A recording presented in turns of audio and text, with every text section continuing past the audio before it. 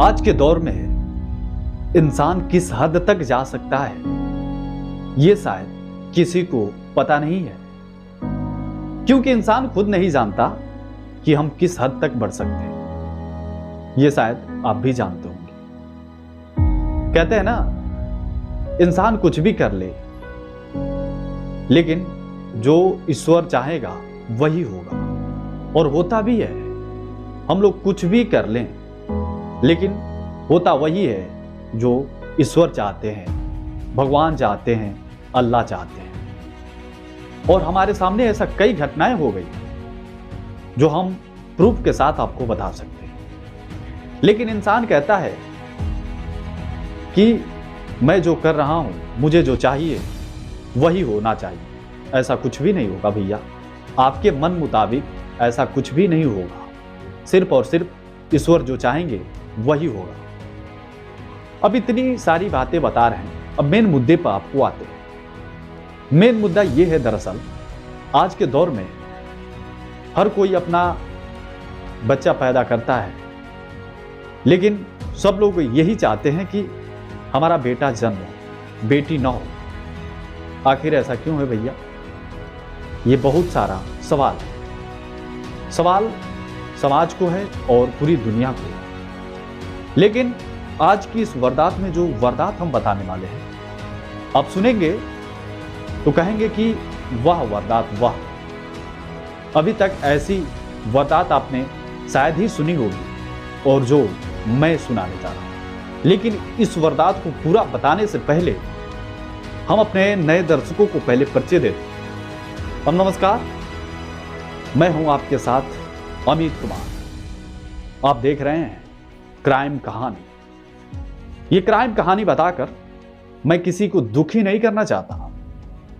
मेरी पर्पस बस इतनी रहती है कि आप लोग सचेत रहें, सुरक्षित रहें, चौकन्ने रहें, ताकि आपके साथ भी कोई ऐसी वारदात घटित ना हो जाए, आप भी किसी वारदात में तब्दील ना हो जाए। इसीलिए हम हर रोज बताते रहते हैं वारदात। शायद हमारे मुहिम में आप शामिल होना चाहते हैं, आप जरूर होना चाहेंगे, क्योंकि ये वारदात ही ऐसी बताते हैं जो आप लोगों के लिए काम की है, हमारे लिए काम की है, और पूरी दुनिया की काम की है। तो जरूर शामिल होने के लिए कोई रुपया पैसा नहीं मांग रहे हैं, शामिल होने के लिए कोई सुविधा शुल्क नहीं मांग रहे हैं। शामिल होने के लिए सिर्फ और सिर्फ आपको करना क्या है, हम बता देते हैं। करना यह है कि हमारे सोशल साइट जैसे ट्विटर, इंस्टाग्राम, फेसबुक जैसे प्लेटफॉर्म को फॉलो करना है, और हमारे चैनल को सब्सक्राइब करना है। फॉलो सब्सक्राइब से कोई रुपया पैसा नहीं लगता, कोई सुविधा शुल्क नहीं लगता। इससे ये होता है कि हमारी आवाज आप तक पहुंचे और आप दूसरों तक पहुंचा सके, ताकि दूसरा कोई भी सेफ रहे, आप भी सेफ रहें, सुरक्षित रहें, चौकन्ने रहें और सचेत रहें। लेकिन चलिए आज की वारदात शुरू करते हैं। मेन मुद्दा क्या है? आज की वारदात है पश्चिम बंगाल की। उस पश्चिम बंगाल में ईस्ट वर्धमान की है।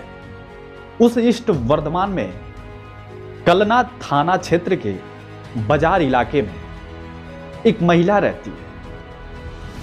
उस महिला की शादी 2016 में हो जाती है, और उस महिला की 2 बच्चियां रहती हैं, लड़की, और उस महिला का नाम रहता है शरीफा। वो शरीफा 4 या 5 साल में 2 बच्ची को जन्म दे देती है। उसके यानी हस्बैंड, पति बहुत नाराज रहते हैं कि आप जो है बच्चे को क्यों नहीं जन्म देती, सिर्फ लड़कियों को जन्म देती हो और बच्चे को क्यों नहीं जन्म देती। लेकिन उस पति को क्या मालूम है कि ये जन्म देने वाली माँ जरूर है, लेकिन बनाने वाले ईश्वर है, परमेश्वर है, भगवान के हाथ में है। उस पत्नी के हाथ में तो कुछ है ही नहीं।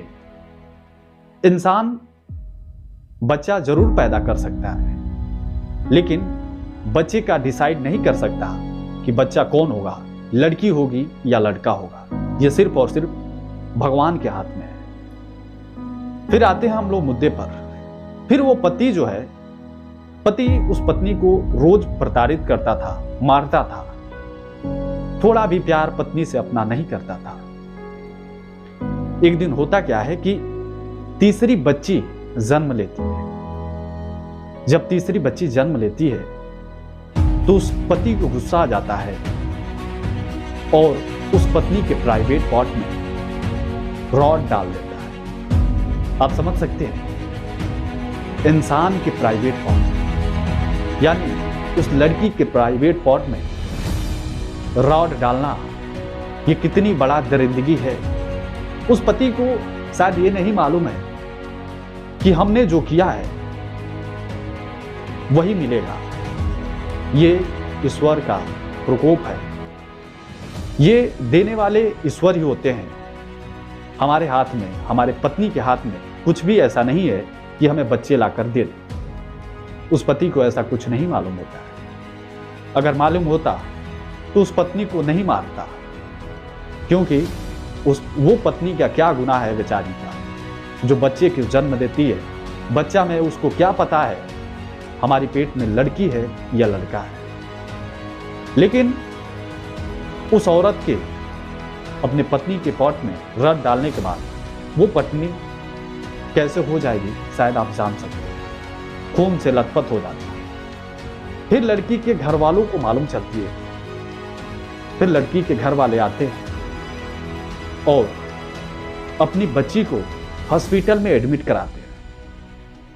फिर उस औरत के पिता थाने में एक एफआईआर दर्ज करवाते हैं उसके पति के खिलाफ। अपनी पत्नी और हमारी बेटी के साथ जो उसने किया है वो सारी सच्चाई बताते हैं और पुलिस उसे पकड़ लेती है। पकड़ने के बाद पति के खिलाफ भारतीय दंड संहिता धारा 498A तथा 307 के तहत मुकदमा दर्ज कर लेती है और उसे गिरफ्तार कर लेती है। गिरफ्तार हो जाने के बाद आप सोच ही सकते हैं पुलिस अपना वहां पे कार्रवाई करेगी और कानून का जो काम है वो करेंगे। लेकिन ये वारदात यहीं पे खत्म होता है। ये वारदात से आप क्या सीखें, क्या सोचें, क्या समझें। आज के दौर में जिस तरह हर माँ बाप एक बेटा चाहते हैं, एक बेटी कोई नहीं चाहता। अगर किसी के घर में 2-3 बेटियां हो जाए तो त्राहिमाम होने लगता है। उसे यह लगता है कि बेटी तो कुछ दे ही नहीं सकती। लेकिन कहा जाए ना, जितना बेटी कर सकती है उतना बेटा कभी नहीं कर सकता। इस चीज को कभी मानिए। शायद हमें गर्व होना चाहिए। जब बेटी आती है तो समझिए लक्ष्मी आती है। आप इस वारदात को देख रहे हैं तो ऐसी हरकत कभी मत कीजिएगा अपने पत्नी के साथ, अपने बेटी के साथ, मतलब किसी के साथ ऐसा कभी, इतनी बुरी दरिंदगी कभी मत कीजिए। शायद ये वारदात सबके साथ साझा कीजिए, शायद कोई और भी सचेत हो जाए और कोई और भी चौकन्ने हो जाए, ताकि ऐसी वारदात न कर सके, ऐसी वारदात में तब्दील न हो सके। ये वारदात आपको कैसी लगी एक बार कमेंट करके जरूर बताएं। जाते जाते पहली बार हैं तो हमने पहले भी कहा है कि हमारे मुहिम में शामिल होने के लिए हमारा साथ दें और साथ देने के लिए हमारे चैनल को सब्सक्राइब जरूर करें और लाइक तो बनता है। जाते जाते कमेंट जरूर करें कि इस बंदे को किस तरह सजा होनी चाहिए और समाज बच्चियों के बारे में कितना सोचता है और बच्चों के बारे में कितना सोचता है, कमेंट करके जाए। चलिए फिर मिलेंगे किसी नए वारदात को लेकर। तब तक के लिए देखते रहिए क्राइम कहानी। नमस्कार।